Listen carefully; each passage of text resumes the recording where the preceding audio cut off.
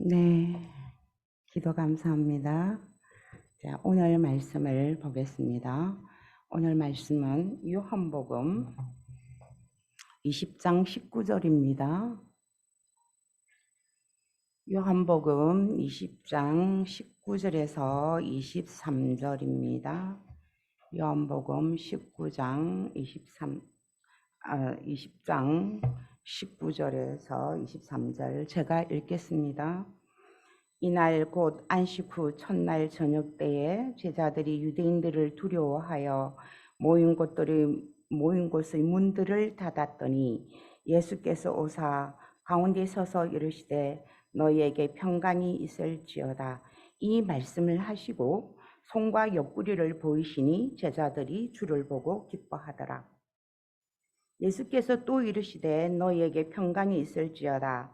아버지께서 나를 보내신 것 같이 나도 너희를 보내노라. 이 말씀을 하시고 그들을 향하사 숨을 내쉬며 이르시되 성령을 받으라. 너희가 누구의 죄든지 사하면 사여질 것이요 누구의 죄든지 그대로 두면 그대로 있으리라 하시니라. 아멘. 네, 오늘 저녁에 방금 읽은 구절 본문으로 너희에게 평강이 있을지어다 라는 제목으로 말씀을 전하겠습니다. 지난 주일이 부활절이었고요. 그 앞주가 고난주간이었습니다. 그런데 두 분의 전도사님께서 고난주간에 대한 그 말씀을 주셨습니다. 그래서 저는 거기에 이어서 예수님의 부활을 다시 한 번 더 새겨보자는 뜻에서 이 본문으로 말씀을 전하게 되었습니다. 우리 인생에서 가장 중요한 것은 무엇일까요? 네, 예수 믿는 거죠. 많은 부활하신 예수님을 만나는 것입니다.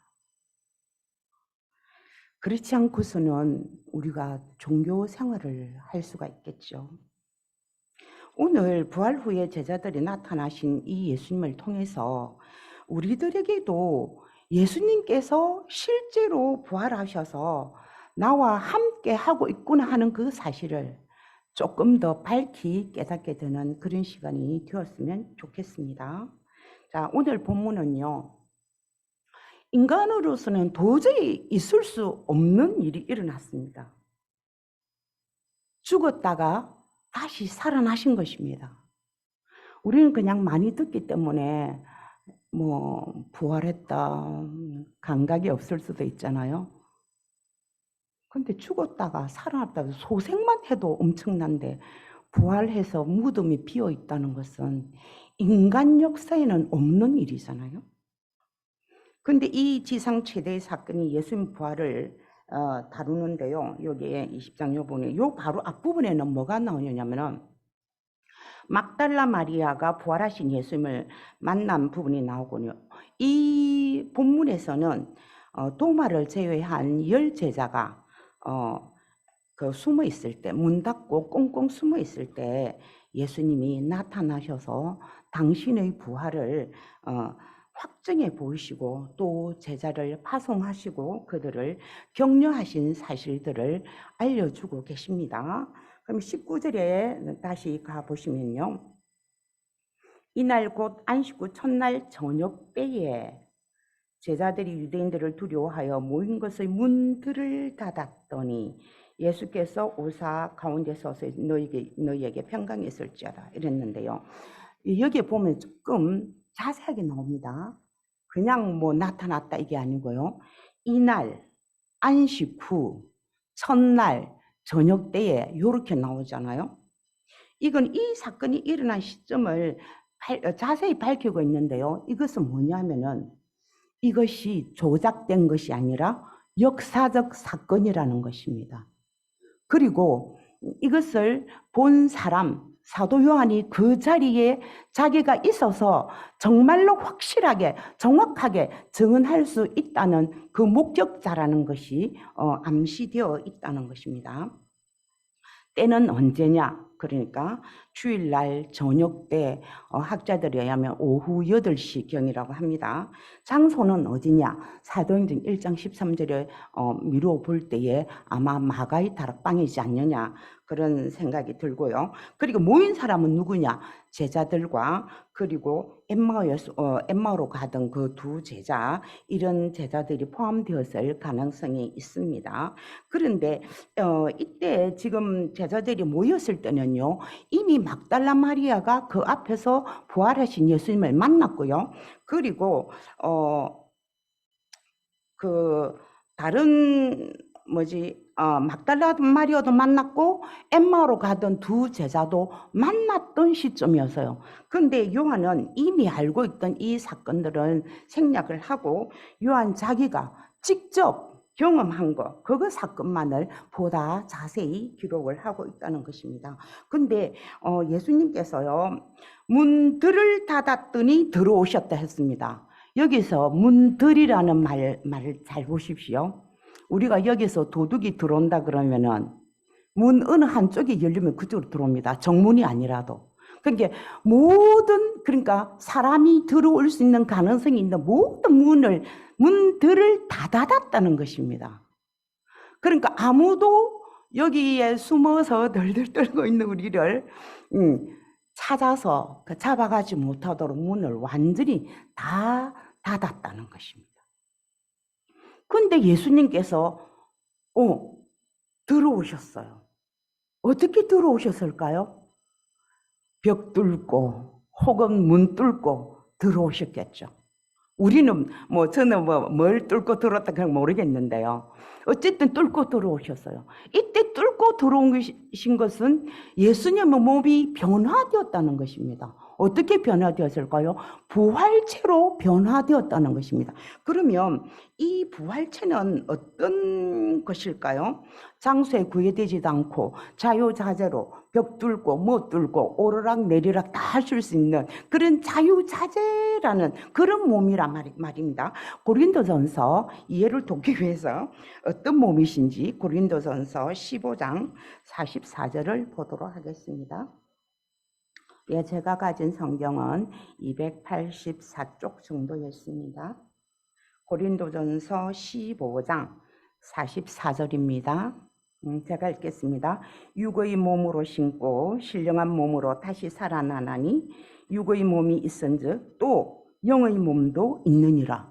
육의 몸이 있고 영의 몸이 있대요. 그리고 46절에 가볼게요. 그 조금 뒤에 46절에 그러나 먼저는 신령한 사람이 아니요 육의 사람이요 그 다음에 신령한 사람이니라. 그러니까 우리는 예수님께서 부활하신 후에 몸의 상태가 변화했다는 사실을 알 수 있습니다. 그럼 우리도 앞으로 부활하면 이렇게 될 것이라는 것입니다. 그래서 이 예수님의 부활하신 이 부활체 몸을 통해서 우리도 앞으로는 어떻게 될 것이라 하는 것을 대충 유추해 볼 수가 있겠지요. 근데 이 예수님께서 오셔서 가장 먼저 하신 말씀이 있습니다.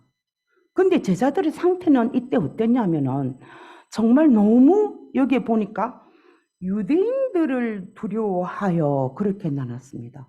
너무 무서웠어요. 자기들이 최고로 존경하던 그리스도라고 고백했던 그 하나님의 아들이라고 고백했던 그분이 정말 이 나라를 이스라엘 나라를 회복하고 왕으로 군림하실 줄 알았던 그분이 십자가를 지시고 아무 힘없이 피 칠갑되어서 그냥 돌아가신 거 있잖아요.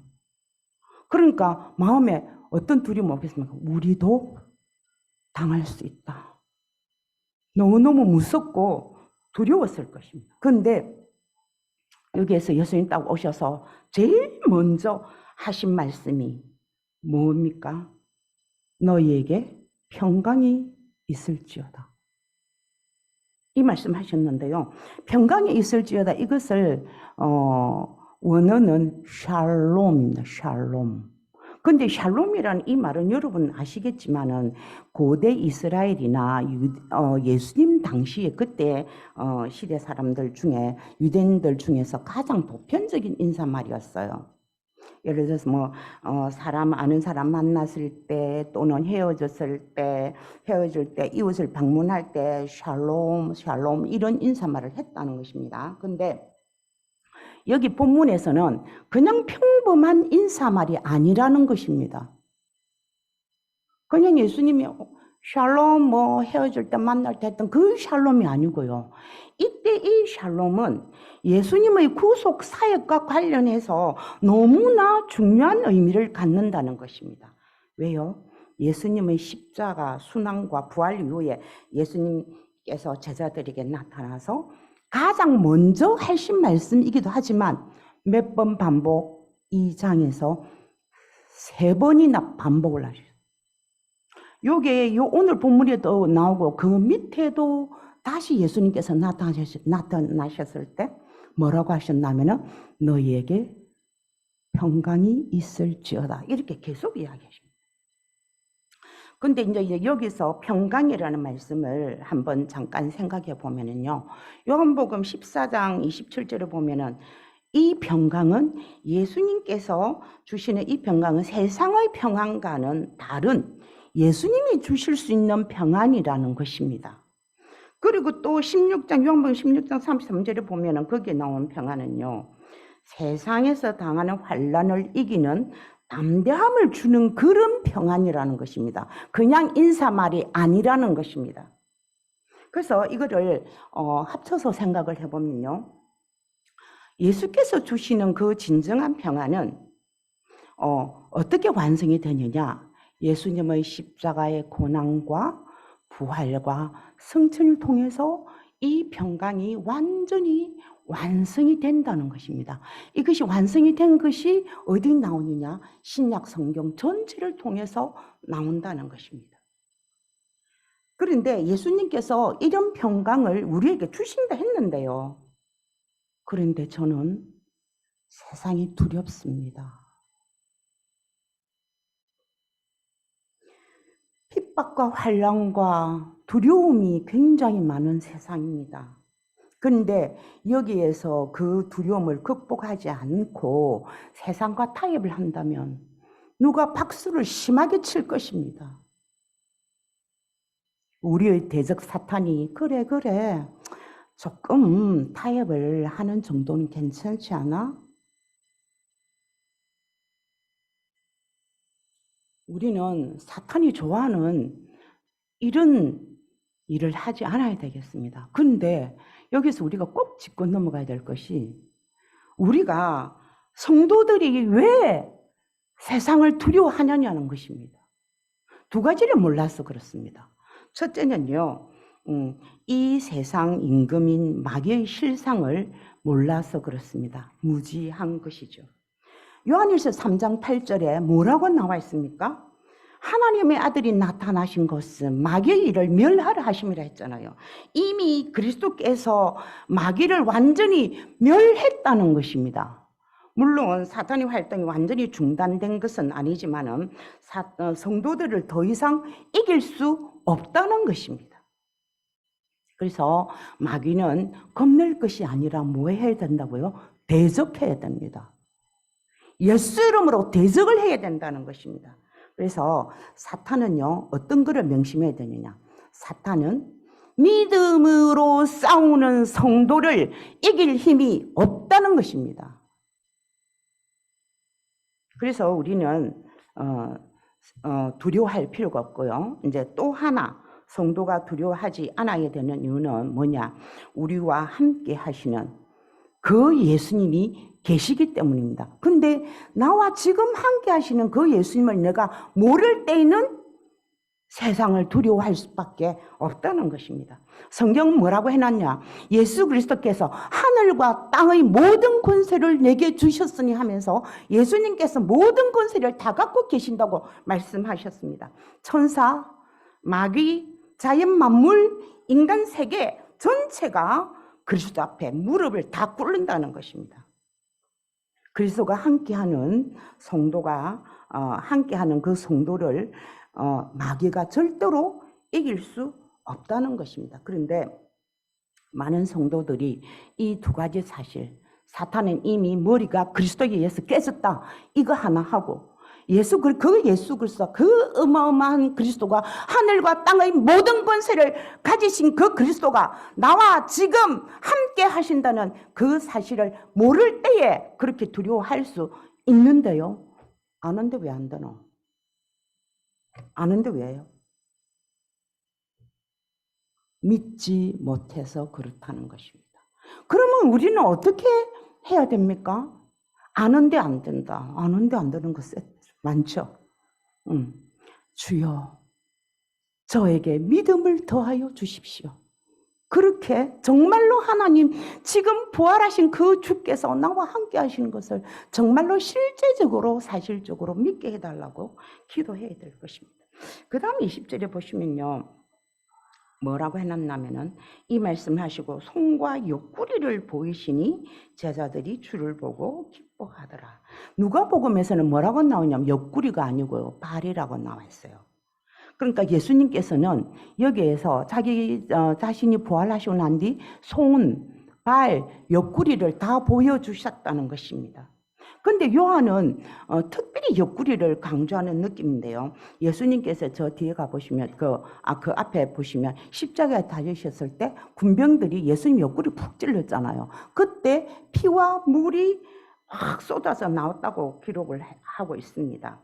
근데 요한은 손자국, 손발, 이 모자국 덩어리 옆구리를 강조하는데요. 그 이유는 예수님께서 실제로 분명하게 죽으셨다는 사실을 강조하기 위해서입니다. 왜냐하면 그때 당시에 초대교회에 이단들이 있었는데요.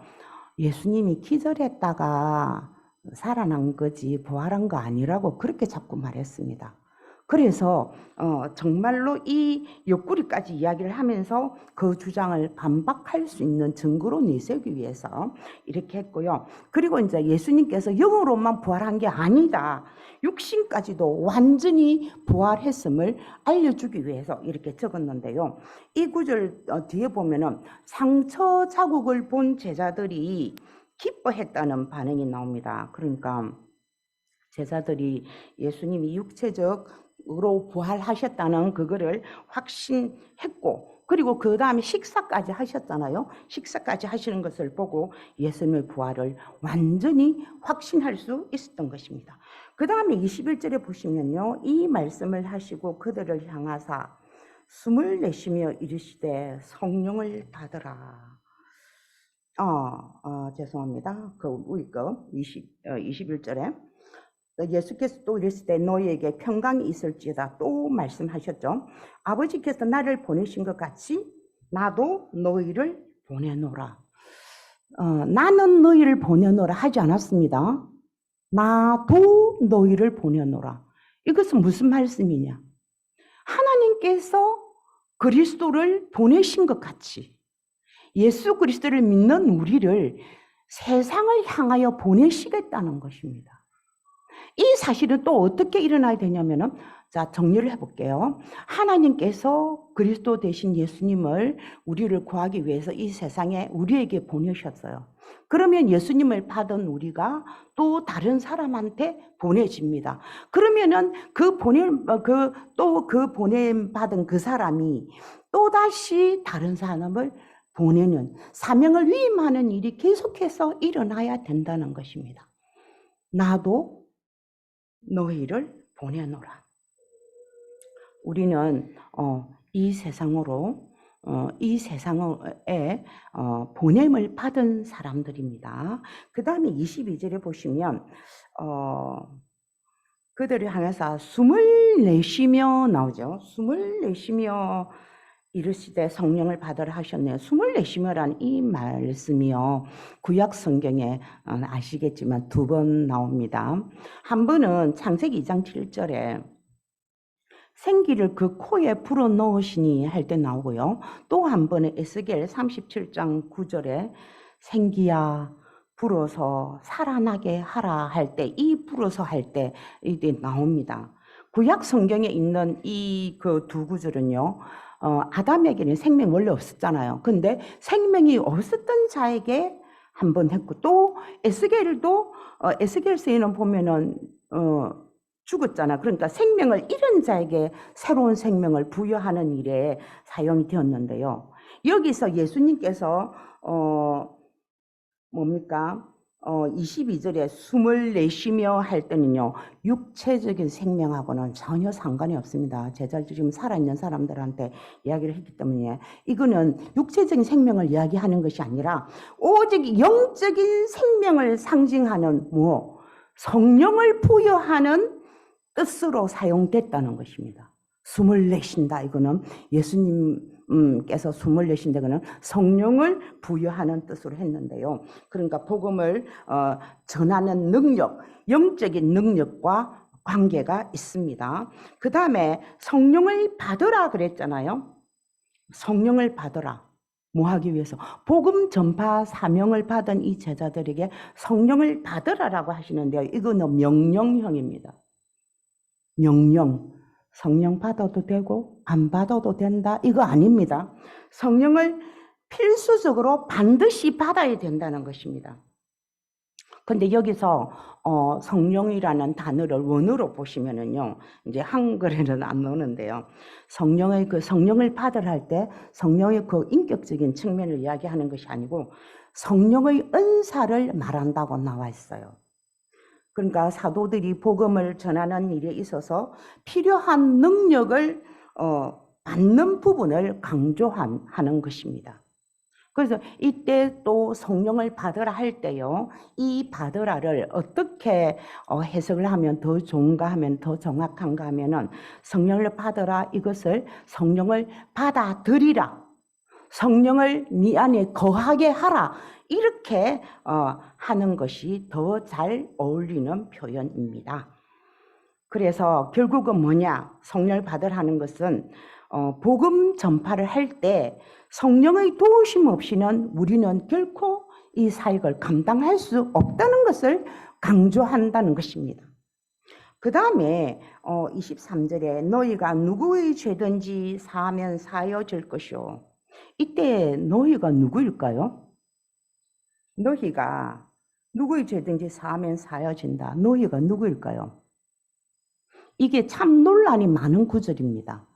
이제 가톨릭의 경우에는요, 예수님의 수제자 베드로에게 특별히 그 해당되는 말씀으로 이해를 하고 베드로의 뒤를 잇는 교황에게 죄를 사하는 권세가 있다고 이렇게 말을 하고 있다는 것입니다.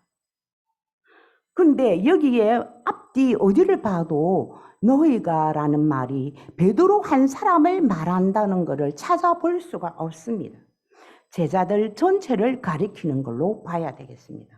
그런데 여기에서 죄를 사하는 권세는 근본적으로 인간 어느 한두 사람에게 주어진 것이 아닙니다. 이거 오해하시면 안 되는데요.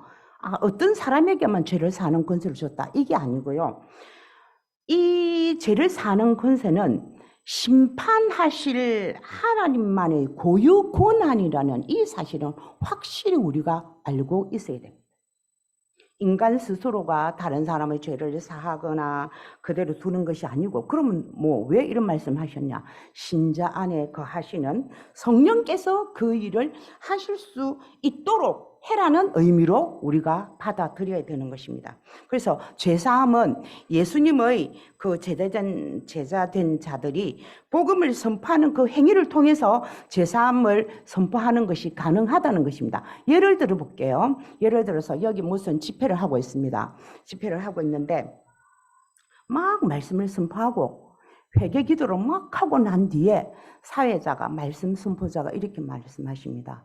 성경에 의거해서 여러분의 죄는 용서받았습니다. 이렇게 선포하는 수 있잖아요. 그런 경우를 말하는 것입니다. 그리고 이제 설교자나 사역자가 아니더라도 일반 성도를 하더라도 예수 그리스도를 정말로 믿는 거듭난 사람이라면 그 사람은 어디 가서 이제 전도했잖아요. 전도했는데 그 상대방이 진짜 복음을 중심으로 받았어. 그 사람이 너무 울면서 회개를 하면서 진짜 제가 예수 믿겠다 하면서 그렇게 할 때에 그 사람, 그 평신도도 역시 예수님 이름으로 성경에 나와 있는 바와 같이 당신의 죄는 용서를 받았습니다. 이렇게 할 수 있는 것이라는 것입니다. 그래서 우리는 우리 안에 내주하는 성령의 대리자로서 죄사함을 선포하는 그런 사람이 될 수 있는 것이지 어느 특정인의 그런 권한이 아니고 모든 성도가 가질 수 있는 그런 특별한 특권이라는 것입니다. 그런데 이제 복음이 전파되면은 두 가지 상반된 대조적인 현상이 나타납니다. 마가복음 16장 16절을 보니까요. 복음을 믿고 세례를 받는 사람은 구원을 얻게 되고 믿지 않는 사람은 정죄를 받게 된다. 이렇게 나와 있잖아요. 복음을 전하지 않았을 때 누가 하나님의 자녀인지 아닌지 몰라요. 근데 복음을 빡 선포를 해봤다. 그러면은 복음이 선포되면은 누가 하나님의 자녀인지 아닌지 밝히 드러나게 된다는 것입니다. 여러분, 하나님의 백성이 지금도 동서사방에 흩어져서 복음을 기다리고 있다는 것입니다. 예수님께서 그렇게 말씀하시죠. 요한복음 4장에서도 말씀하셨고요. 휘어져 추수하게 되었다. 너희가 넉 달이 지나야 추수할 때가 된다고 말하지 마라. 영적인 추수는 때가 없다. 그 곡식은 낯을 기다리고 있습니다. 주께 받은 사명을 잘 감당하기를 원하십니까? 성도로서 승리하는 삶을 살기를 원하십니까? 우리는 뭐가 있어야 되겠습니까? 우리는 무기가 있어야 됩니다. 그 무기가 무엇입니까? 성령의 인도를 받고 성령의 충만을 받는 것이 바로 우리의 무기라는 것입니다. 그래서 성령 인도받고 성령 충만함을 받을 수 있도록 우리가 늘 깨어서 기도해야 되겠습니다. 말씀을 정리를 해보겠습니다. 근데 요한이요, 예수님의 부활을 듣고서도, 근데 제자들이 그냥 예수님 돌아가시고 난 뒤에 바로 거기에 마가다락방에 모여가지고 덜덜 떨면서 있었다면 이해가 돼요. 근데 이미 예수님이 부활하셨다는 막달라 마리아의 말도 들었고 엠마오로 가는 두 제자 말도 들었어요. 듣고 난 뒤에도 문들을 꽁꽁 걸어 잠그고 두려워하여 숨어 있었습니다. 근데 예수님 편에서 보면 굉장히 기가 차잖아요. 아니, 내가 부활했다는 것을 듣고서도 이러냐? 혀를 차시면서 됐다, 그만하자, 이렇게 안 하셨어요. 근데 주님께서 우리가 이렇게 신앙이 어리고 연약하고 그런데도 불구하고 예수님께서는 포기하지 않으시고 나를 찾아오셨다는 것입니다. 두려워서 떨고 있는데. 그거를 알리기 위해서 사도 요한은 이것을 기록을 했고요. 그 때의 그 예수님이 나에게도 우리에게 찾아오셨다는 것입니다. 여러분, 우리는 어떤 때에 두렵습니까? 내가 어떤 상황이 무서워서 또는 나 자신이 갇혀있는, 나 자신을 꽁꽁 묶고 갇혀있는 내 마음의 감옥에서 나를 가둬놓고 있을 때 부활하신 예수님은 친히 찾아오셔서 당신 부활했음을 말씀해 주시고 지금 내가 너와 함께 하니 정말 두려워하지 말라, 그렇게 말씀을 하십니다.